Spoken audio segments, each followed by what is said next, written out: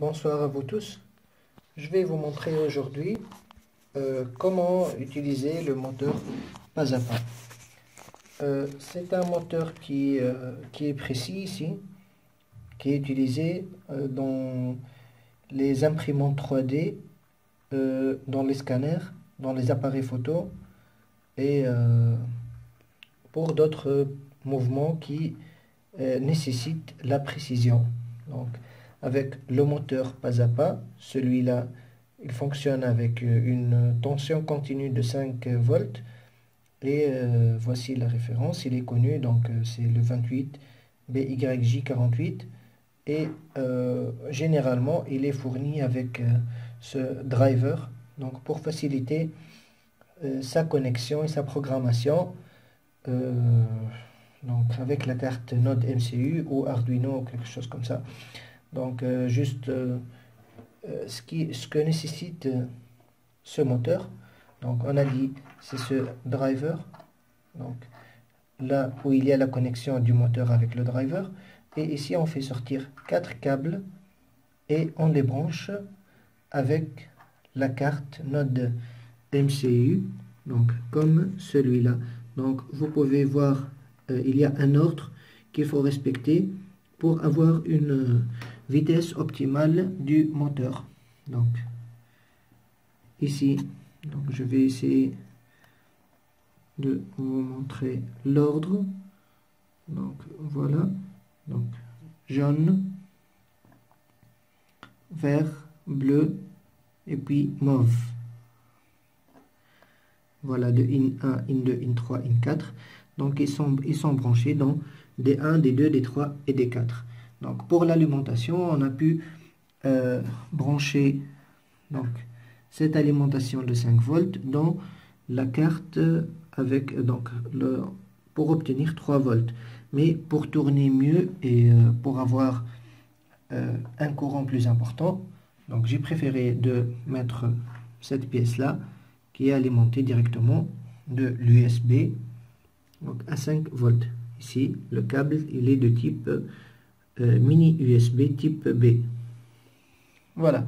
Donc, pour le programme, donc avec ce driver, avec cette carte et tout ça, la programmation du moteur, elle est trop simple. Comme vous voyez ici, donc il y a 5 lignes importantes. Donc, on va inclure tout d'abord la bibliothèque stepper.h. On va définir le nombre de pas par rotation, donc steps per revolution, on l'a mis à 600. Et donc on doit déclarer stepper, donc my stepper de type stepper, steps per revolution, c'est cette constante ici. Et puis on définit ici la désignation des ports utilisés ou des pins utilisés. Donc 2, 4, 0, 5, c'est D1, D2, D3, D4 sur la carte. Donc le void setup, donc j'ai rien mis. Et pour le void loop, ça c'est la boucle. Donc on doit définir le set speed à 60. Donc ça c'est pas 60 tours par minute, mais c'est un chiffre que reçoit tout simplement le moteur. Donc on va pas avoir 60 tours par minute. Le moteur il est trop lent généralement. Et puis on va mettre my stepper step. Donc c'est ce chiffre là aussi qui est à 600 steps per revolution.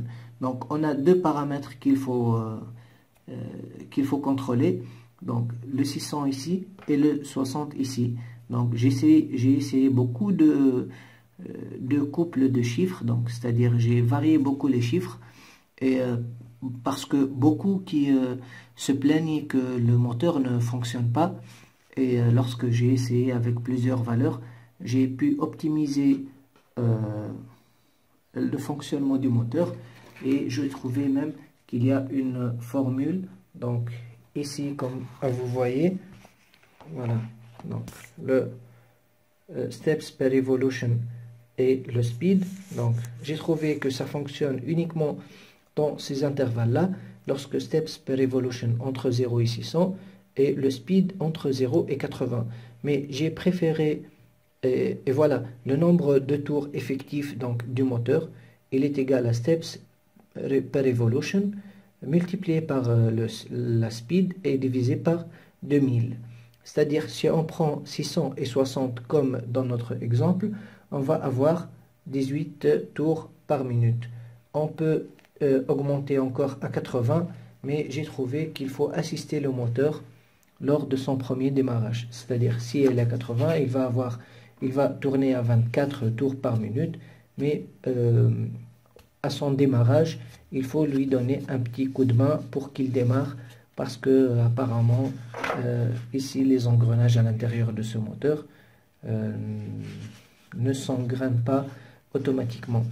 Donc voilà, juste pour avoir une idée sur la vitesse actuelle. Donc je mets ça, donc vous pouvez le voir que c'est un peu rapide, mais c'est pas le vrai avantage du moteur pas à pas. Par contre, on peut compter sur ce moteur pour des petites choses de précision. Donc juste l'exemple le plus basique du moteur. Merci de nous avoir suivis. Posez vos questions si vous en avez quelques et à la prochaine. Merci.